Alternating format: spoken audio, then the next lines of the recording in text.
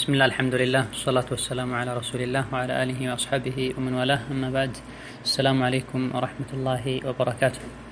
نسأل الله بمنه وكرمه أن يتقبل منا الصيام والقيام وأن يعيد علينا رمضان أعواما عديدة وأزمنة مديدة ونحن بصحة وعافية. رمضان لي يسرانا تشوف ملكام سراوتشن الله سبحانه وتعالى يقبلن ረመዳንን ከኢማን ከዓፊያ ጋር በተደጋጋሚ ከሚጾሙ ሰዎችም ያደርገን። በመቀጠልም ረመዳን ከወጣ በኋላ የሙእሚን ባህሪ የሙእሚን አህዋል ምን መምሰል እንዳለበት አጠር ባለ መልኩ ለመግለጽ እንሞክራለን። ረመዳን ቢወጣም የሙእሚን ህይወቱ እስካልወጣች ድረስ ኸይር ስራ አይቋረጥም። ሙእሚን ለሚሰራው ኸይር ስራ የጊዜ ገደብ የለውም። ህይወቱ ስታልፍ ብቻ ነው ኸይር ስራ የሚቆመው። አላህ ስብሐነ ወተዓላ ቁርአን ላይ ወዐብድ ረበከ ሐታ ያእትየከል የቂን ሞት እስኪመጣ ድረስ ጌታህን አምልክ ጌታህን ተገዛ ብሏል። ነቢዩም በሐዲታቸው ኢዛ ማተ ብኑ አደመ እንቀጠዐ ዐንሁ ዐመሉሁ ኢላ ሚን ሰላስ የሰው ልጅ በሚሞትበት ጊዜ ይሰራው የነበረ ስራ በሙሉ ይቋረጣል ሶስት ነገሮች ሲቀሩ ብለው መልካም ሷሊህ የሆነን ልጅ ወልዶ የተወሰው እንደዚሁ ጠቃሚ የሆነን ዒልም ያስተማረ ሰውና ለኸይር ስራ ወጪ የሚደረግበት ወቅፍን ያደረገ ሰው ብሏል ነብዩ ሰለላሁ ዐለይሂ ወሰለም። እዘን በዚህ ሐዲስ መሰረትም የሰው ልጅ ስራው የሚቆመው ሲሞት ነው። ሳይሞት በፊት ስራን መልካምን ስራ ካቆመ አንድ ሰው አካሉ ባይሞትም ልቡ ሞቷል ማለት ነው። ረመዳን ላይ እንሰራቸው የነበሩ ኸይር ስራዎች ከረመዳን በኋላም አሉ። በእያንዳንዱ ሰዓት በእያንዳንዱ ደቂቃ ውስጥ የምንሰራቸው ኸይር ስራዎች አሉ። መፈጸም ያለብን ኃላፊነቶችም አሉ። በቀን ውስጥ 5 ወቅት ዋጅብ ሰላቶች አሉ። በዛ መሃል ደግሞ ሱና ራቲባ የሚባሉ ሰላቶች አሉ።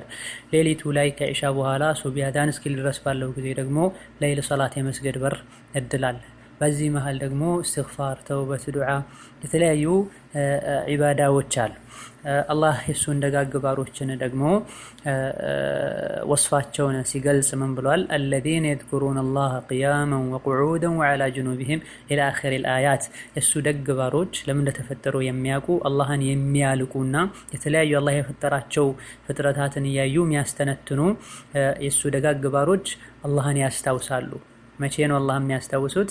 ረመዳን ላይ ብቻ አይደለም፣ ሐጅ ላይ ብቻ አይደለም፣ ከጥሩ ሰዎች ጋር ሲውሉ ብቻ አይደለም፣ ሁሌም በተለያዩ ሁኔታዎች ላይም ሆነው አላህን ያስታውሳሉ። የዝኩሩነ አላህ ቂያመን ቆመውም አላህን ያስታውሳሉ፣ ወቁዑደን ቁጭ ብለውም አላህን ያስታውሳሉ፣ ወዐላ ጁኑቢሂም ጎናቸው ላይ ሆነው ተኝተውም አላህን ሱብሓነሁ ወተዓላ ያስታውሳሉ። አላህን ማስታወስ ማለት በምላስ ብቻ አይደለም። አላህን ሱብሓነሁ ወተዓላ ማስታወስ በምላስም በልብም ከዝክሮች ሁሉ ጠቃሚ ዝክር ልብና ምላስ አብሮ የሚያደርገው ዝክር ነው ይላል። በጣም ዝቅተኛው ዝክር በምላስ የሚባል ዝክር ነው ይላል። የአላህ ደጋግ ባሮች በምላሳቸውም በልባቸውም አላህን ያስታውሳሉ። ተኝተውም ቁጭ ብለውም ገበያ ላይ ሆነውም የትም ሆነው አላህን ሱብሓነሁ ወተዓላ ያስታውሳሉ በልባቸው። በተለይ ይህ አላህን ሱብሓነሁ ወተዓላ ማስታወሳቸው ደግሞ ኸይረን ስራ እንዲሰሩ ወንጀልን እንዲተዉ ይገፋፋቸዋል።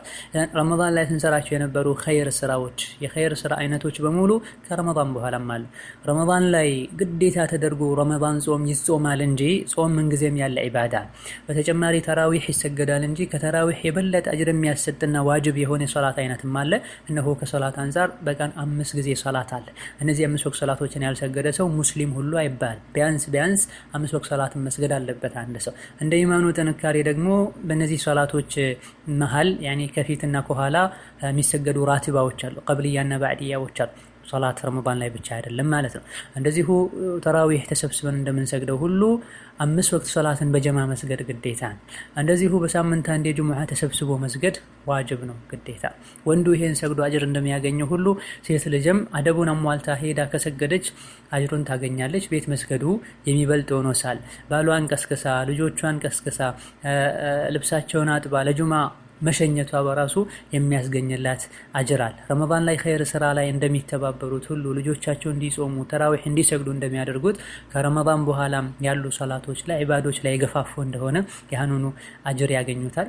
ጾምም ደግሞ ረመዳን ላይ ብቻ ያለ ዒባዳ አይደለም፣ ከረመዳን በኋላም ያለ ዒባዳ ነው። ወደ አላህ ከሚያቀርቡ የቀልብ ድርቀትን ከሚያስወግዱ ኻቲማ መጥፎ ኻቲማን ከሚጠብቁ ዒባዳዎች አንዱ ከሙሕሲኖች ከሚመድቡ ከሙህሲኖች ከሚያስመድቡ ዒባዶች መሃል አንዱ ነው ጾም። ሙህሲን ማለት አላህ ልክ እንደሚያየው አድርጎ ጌታው የሚያመልክ ሰው ማለት ነው።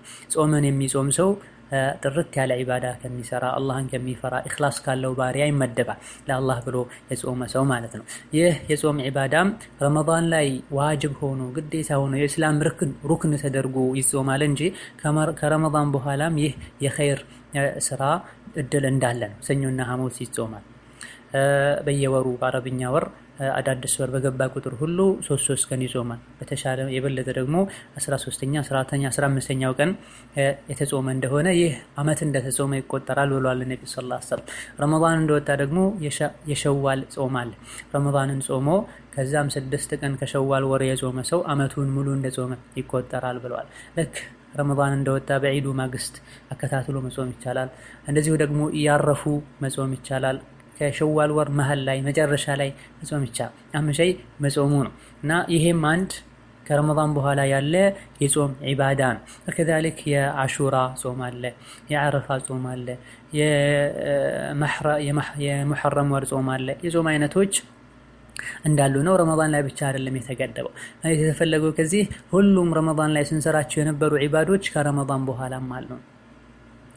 ረመዳን ላይ ሰርተን ረመዳን ሲወጣ ምንቆም ከሆነ አላህ ዘንድ ሱብሓነሁ ወተዓላ ተቀባይነት ያለማግኘታችን ምልክት ነው። ነቢያችን ሰለላሁ ዐለይሂ ወሰለም በሐዲታቸው ከስራ ሁሉ በላጭ በቋሚነት የሚሰራ ስራ ነው ትንሹም ጋር ቢሆን ይላሉ። አሐቡል አዕማሊ ኢለላህ ከስራዎች ሁሉ ይበልጥ አላህ ዘንድ ተወዳጅ ስራ አድወሙሁ በቋሚነት የሚሰራ ስራ ነው። ወኢን ቀለ ትንሹም ጋር ቢሆን ያ ኸይር ስራ ይላል። ረመዳን ላይ ተራዊህ፣ ተሐጁድ 30 ረካ 23 ረካ 13 11 ረካ ሰግደው ረመዳን ሲወጣ ከሚያቆሙ ሰዎች ሁሌ ህይወታቸው እድሜ ልካቸውን ሁሌ 3 ረካ 5 ረካ የማታ ዊትርን ለይልን የሚሰግዱ ሰዎች አላህ ዘንድ የበለጠ ተወዳጅ ናቸው። ረመዳን ላይ ይሄን ሁሉ ኸይር ስራ ሰርቶ ረመዳን ሲመጣ ቀጥ አድርገው የሚያቆሙ ከሆነ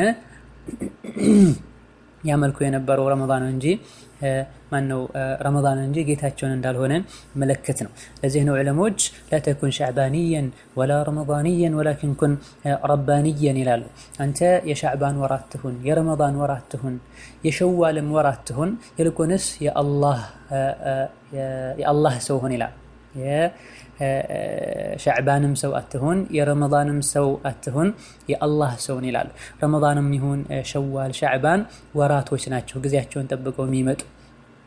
በእነዚህ ቀናት ወራት ብቻ ከሆነ አላህ የምታመልከው አንተ ወሩን ጊዜውን የምታመልክ ሰው ነህ። ላኪን መቼም የማይሞት ሁሌም ሕያው የሆነ የሚያየህ የሚረዳህ በመልካም ስራ እጥፍ ድርብ አጅር የሚሰጥህ በወንጀል ደግሞ የሚተሳሰብህ ከተውበትከም የሚምርህ የሆነውን ጌታህን የምትፈራ የምታከብር ሰው ልትሆን ይገባል። እዘን ረመዳን ላይ ኸይርን ስራ ሰርተን ረመዳን ሲወጣ የምንወጣ ከሆነ የምናቆም ከሆነ ዒባዳውን የሰራ ነው ጋጋታውን ተጠቅመን ነው፣ ሁኔታዎች ስላስገደዱ ነው። ለዛ ረመዳን ላይ የሰራነውን ስራ ተቀባይነት ማግኘቱን ከምናቀባቸው ምልክቶች አንዱ ከረመዳን በኋላም ያን ኸይር ስራ መቀጠላችን፣ እንዲሁ ኸይርን ስራ ስንሰራ ልባችን ደስታ ማግኘቱን፣ ለኸይር ስራ መጓጓታችን፣ ምግብና ውሃን እንቅልፍን ከምንፈልገው ከምናፍቀው በላይ ኸይርን ስራ ስንፈልግና ስናፍቅ ይህ ካለ ረመዳን ላይ የሰራነው ስራ ሰምሯል፣ ውጤታማ ሆኗል ማለት ነው። ላኪን ረመዳን ከወጣ በኋላ ወደ ወንጀል የምንመለስ ከሆነ ከረመዳን በኋላ ረመዳን ላይ እንሰራቸው የነበሩ ስራዎችን መስራት እየፈለገን ውስጣችን የሚሰንፍ ከሆነ ስራውን መስራት እየፈለገን ምንደክም ከሆነና ወደ ኋላ ምንል ከሆነ ረመዳን ላይ የተሰራው ስራ ለአላህ ተብሎ አልተሰራም፣ ተቀባይነትም አላገኘም ማለት ነው። ሌላው ረመዳን ላይ የነበረን አይነት ዒባዳና ጥንካሬ ይኖረን ዘንድ ከሚረዱ ነገሮች መሃል አንዱ 5 ወቅት ሰላትን ጠብቆ መስገድ። 5 ወቅት ሰላትን ጠብቆ መስገድ ከወንጀል እንደሚከለክል ከመጥፎ ባህሪ እንደሚያወጣ አላህ ነግሮናል። ተራ ሰላት ሳይሆን አቂሙ ሰላተን ቀጥ አድርጋችሁ ሰላታችሁን ስገዱ ነው አላህ የሚለው።